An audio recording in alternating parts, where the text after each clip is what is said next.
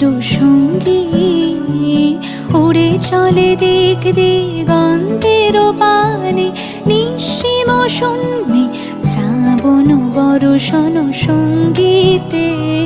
রিমিঝিম রিমিঝিম রিমিঝিম মনোমর মেঘের সঙ্গী উড়ে চলে দিক দিগন্তের পানে।